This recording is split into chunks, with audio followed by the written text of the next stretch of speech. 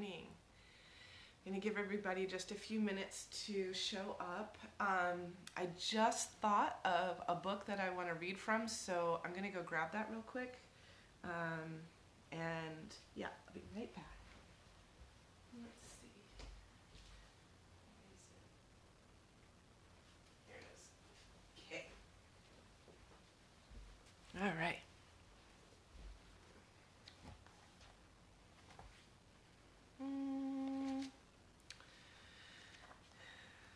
We're going to be doing a teaching about truthfulness this morning. So, good morning, Sarah. How are you? It's good to see you. Just trying to find the book that I'm looking for this. Here it is. Okay, very good. Okay. So we're going to be doing a meditation this morning and a little bit of a teaching around Satya.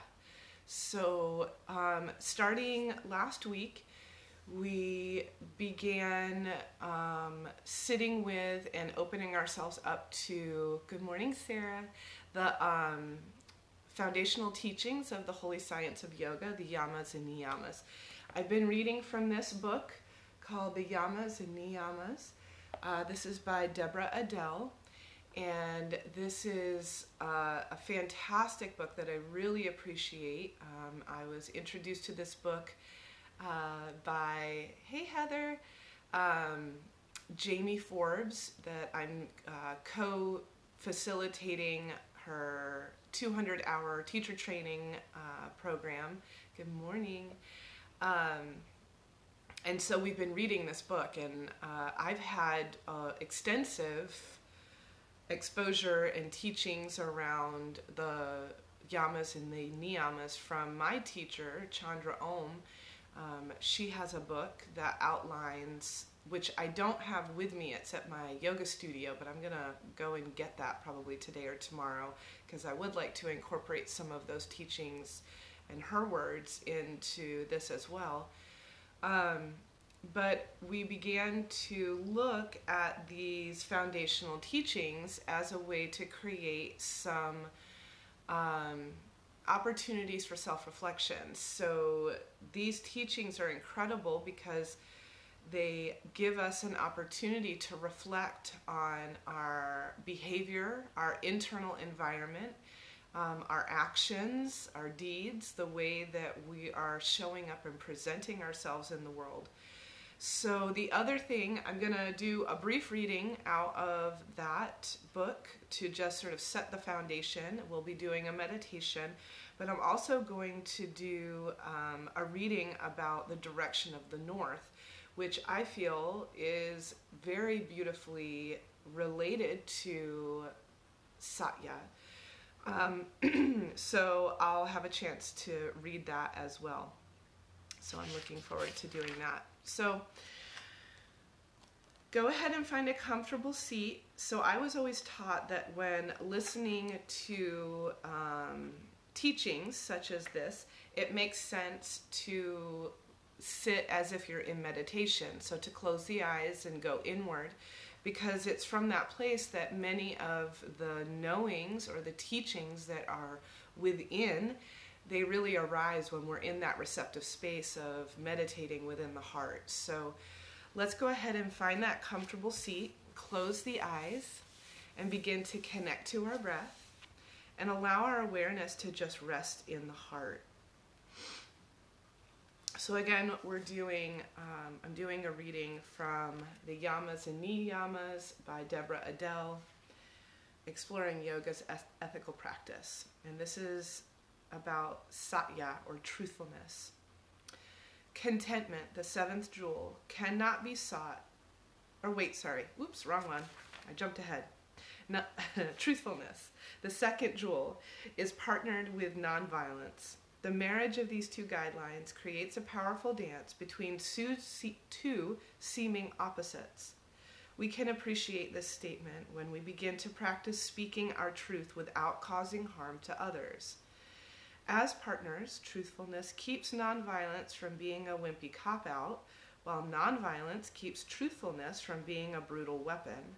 When they are dancing perfectly together, they create a spectacular sight. Their union is nothing short of profound love in all its fullest expression. And when there is cause for disharmony or confusion between the two, truthfulness bows to nonviolence. First and foremost, do no harm. So it points back to always the foundation of ahimsa. So we talked about that last week. We did multiple meditations on ahimsa. And the theme of compassionate courage that came from that really is a thread that continues as we begin to study and do some self-reflection around Satya. So on the Instagram meditation this morning, I read the piece about be real rather than nice, and now I'm going to move into self-expression versus self-indulgence. So I'm going to read from that. And this is all about finding our voice, our authentic voice. And I can speak quite a bit to this because the path of finding my authentic voice and bringing it forward into the world is what has led me to sit here with you today and share these teachings. And I can expound on that a little bit later. When we habitually silence and distort ourselves, we begin to lose our lust for life and look towards other things to fill us. We forget that we are here on this earth to self-express in a way that no one else ever has or ever could. We can feel this urge within us wanting to bubble up and say to the world, I'm here.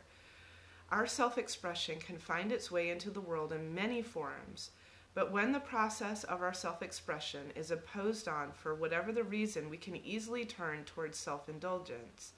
Most often, this imposition comes in the form of shoulds or should nots, either from our own self-messages or from others' messages to us. The result is always a misdirection of energy. There is a settling for less than we had hoped for, a kind of resolution to things as they are. Often we find ourselves hiding by overeating or overworking, rather than doing what we really want to do. Living the life that cries to be lived from the depth of our being frees up a lot of energy and vitality.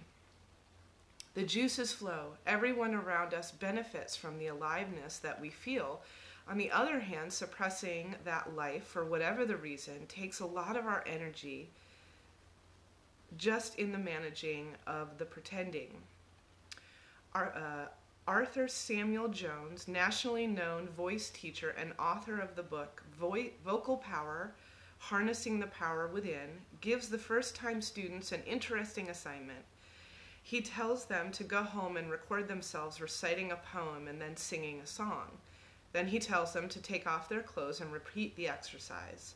Joseph says that when the student returns for their next lesson and presents their homework, he can always tell which recording was done naked because the naked version is much more vibrant.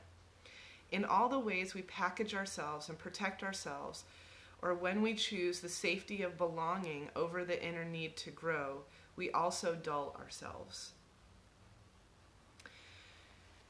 So this feels really powerful and important to talk about and to think about.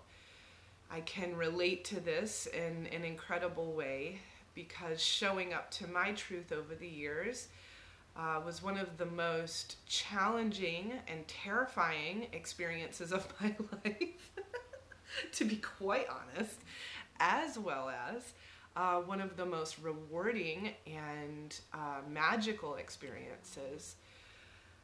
So we'll do a little meditation on that in just a moment. I want to do one more. I'm going to read a little bit from, this is the Sacred Path cards. You probably can't see that. The Sacred Path cards. This is by Jamie Sams. I've been referencing her material quite a bit in my meditations and in blog posts I've been writing and things of that nature. So I'm going to read from the North Shield. That spoke to me this morning, so let me just find that page real quick. Okay. This is kind of a long one, so I don't know that I'll read the whole thing, but okay. As I was entering the silence one winter's eve many years ago, I was taken into the dream time and whisked away to an ancient forest filled with newborn snow. The bare trunks of the birch and aspen were stark against the emerald green of the peace trees, the pines. Giant flakes of crystalline snow were falling around me as I came to the edge of the forest. Below me was a vast meadow deeply drifted in blue-white powder, where not one blade of grass could peek above the blanket of snow. Far across the meadow, in the front of another stand of trees, was a sacred spirit buffalo asking me to come nearer.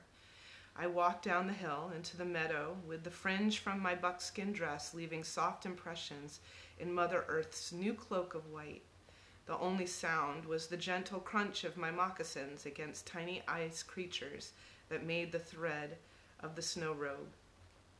As I approached, I noticed that steam was rising like pipe smoke from Buffalo's nostrils, and her giant brown eyes held me as we joined minds. The sacred buffalo of the dreamtime had me sit cross-legged in the snow at her feet and feel the warmth of her breath so that I would not be cold.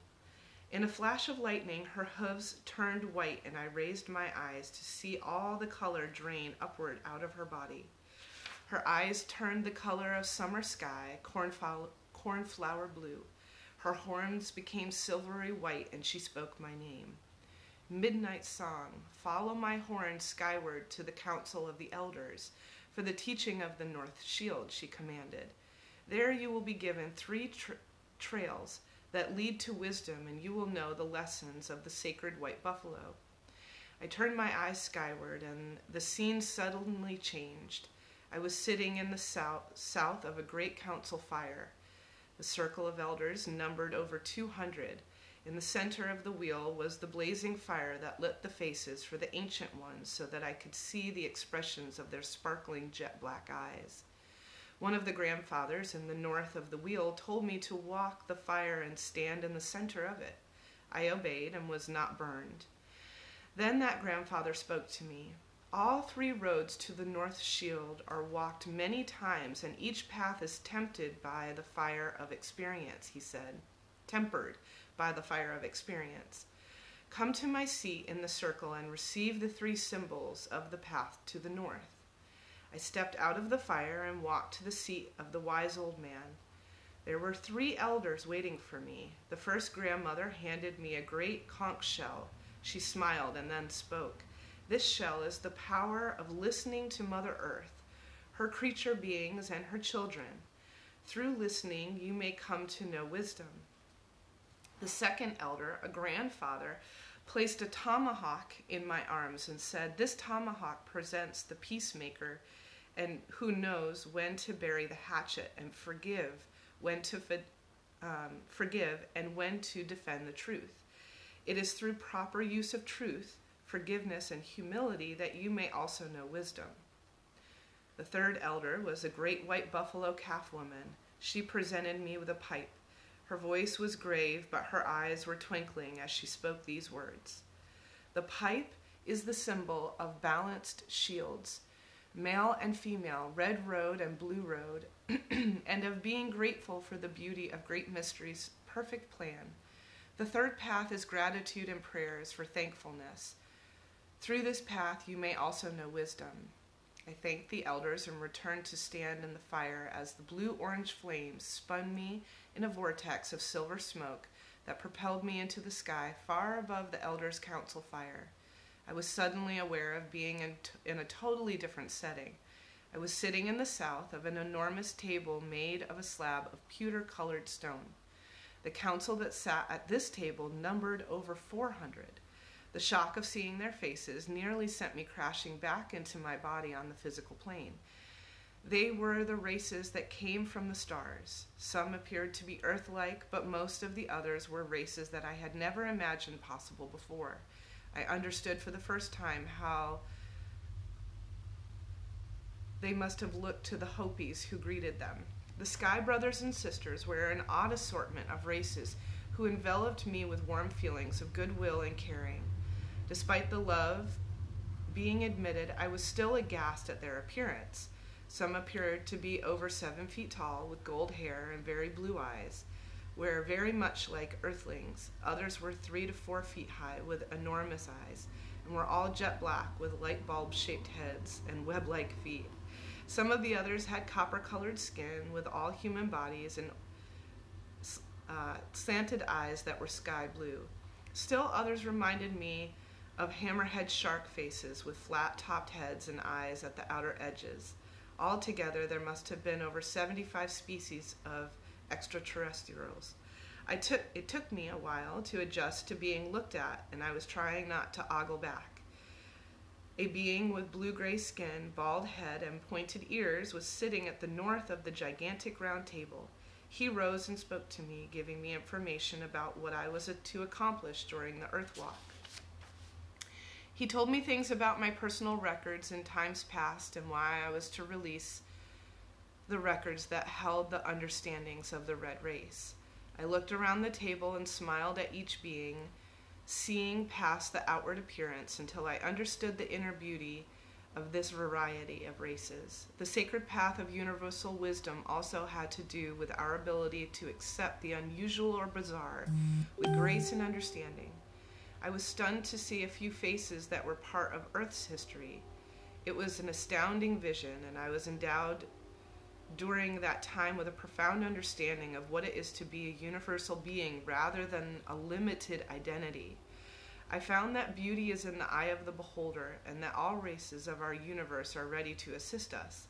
I committed the wisdom I had been given to memory and bid the spirit council goodbye as I was engulfed in the whirling smoke of silver energy that returned me to my body. The revelation of teaching of the North Shield is that north is the top of our medicine wheel, and beyond that is the south, or beginning of new medicine wheel, that is the place of the ancestors.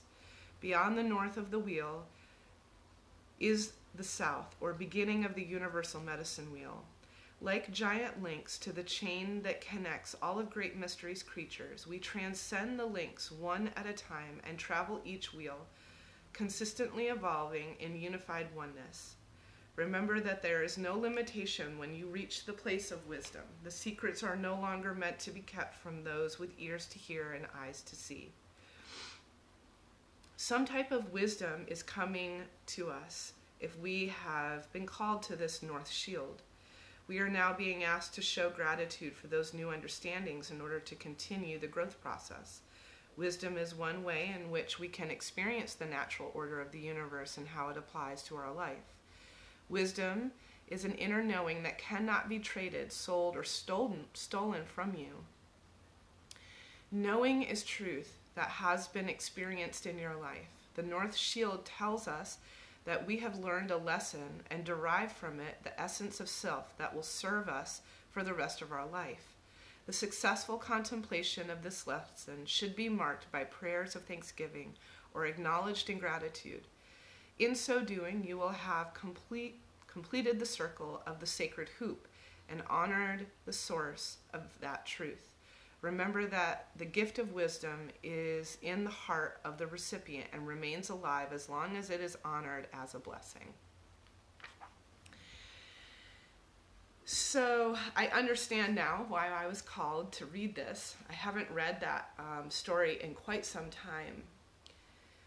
But when we meditate upon our truth, we are given what in many beliefs and practices, but in the practice that I hold for myself, which is in shamanic nature, is about direct revelation. That when we experience the depth of our truth, of our being, and the truth of our relationship to all things, and the glimpses that we receive from our own experience. It cannot be shaken. It is something that is so powerful that it begins to emanate from our being. So let's just take a few moments to do and just sit with that teaching, and to sit with and invite our own inner truth into our meditation today. So let's go ahead once again and find a comfortable seat and close the eyes.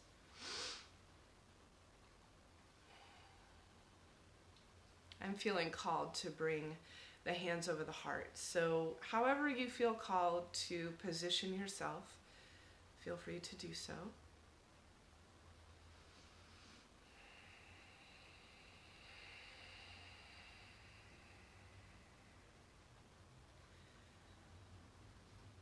Allow the awareness of your breath to draw you into the cave of your heart.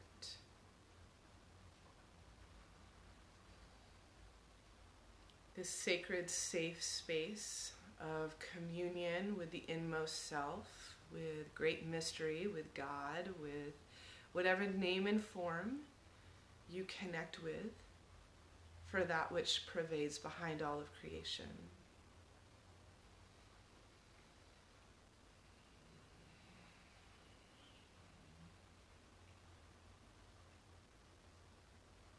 Imagining yourself sitting before your eternal and internal sacred fire.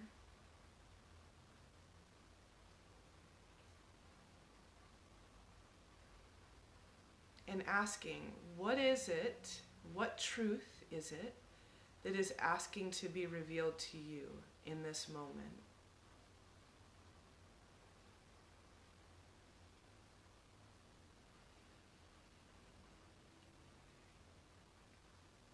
What knowing is asking to be expressed in your life more fully and more completely, so that you may embody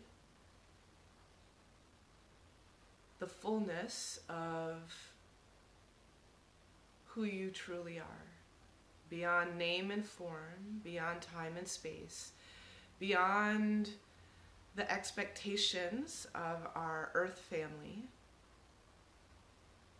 beyond the fears of the unknown,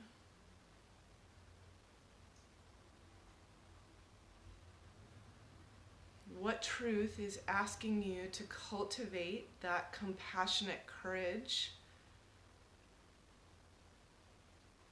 so that it might find expression through you in the only way, the very unique way that you will bring it forward.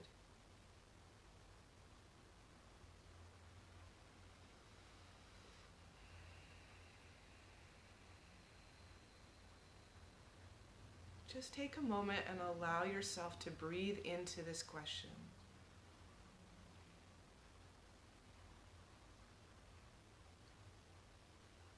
Allow the expansiveness of awareness to let whatever it is that rises up to the surface to be fully embraced.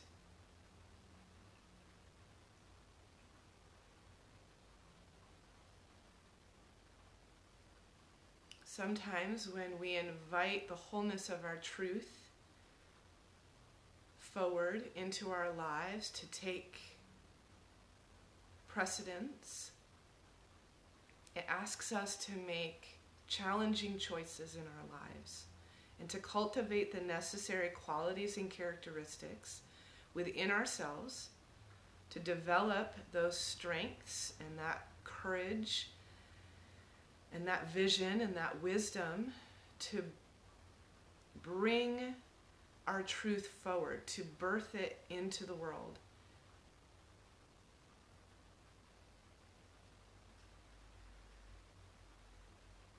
It is natural to observe fear, but it is what we choose to do with this fear that makes all of the difference.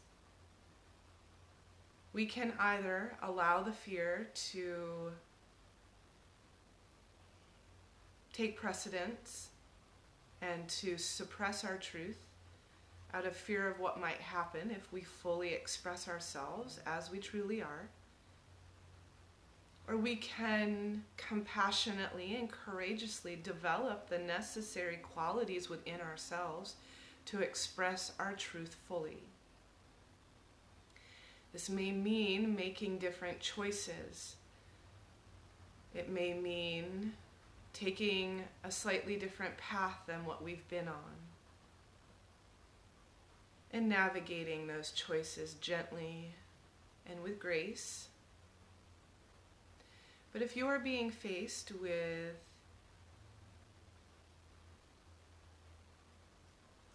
these types of opportunities, just be patient with yourself. If it is your heart's desire to express your truth fully and completely, know that you will be offered all of the support that you could ever need in order to develop the necessary skills, qualities, characteristics to bring it forward. You need only be receptive and have the courage to receive that support.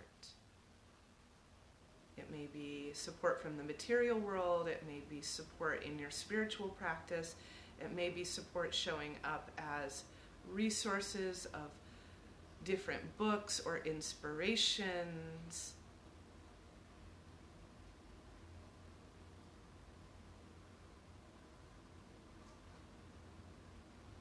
Let's just take another breath or two here.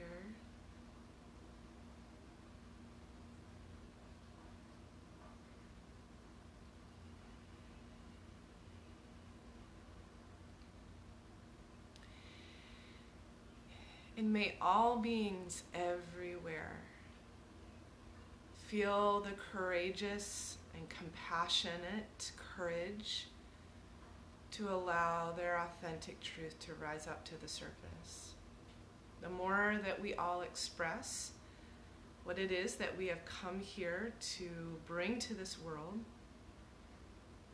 the more we sit in our own personal power, the more we give permission to those around us to find the courage also to embody their personal power.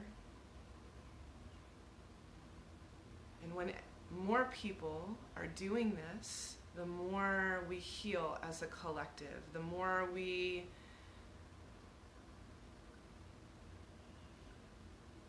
connect with the truth and with the wisdom that is coming from our relationship to all things.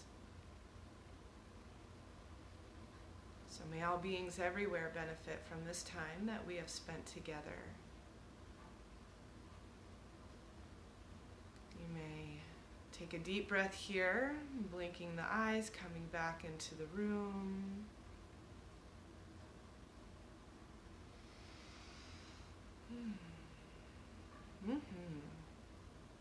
So thank you all so much for joining me today for this Monday morning meditation and teaching.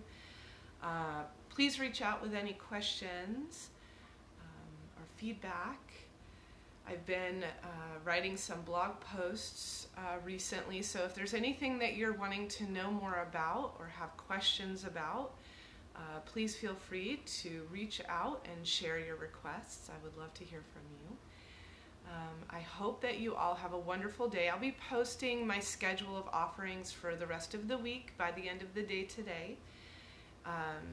So yeah, be looking out for that. But I'll be back here on Wednesday and Friday at 8:30, and I'm sure I'll be jumping on periodically with my drum here and there as well. So I hope you all have a beautiful Monday, and I look forward to sitting with you and sharing with you again on Wednesday. Okay, bye-bye.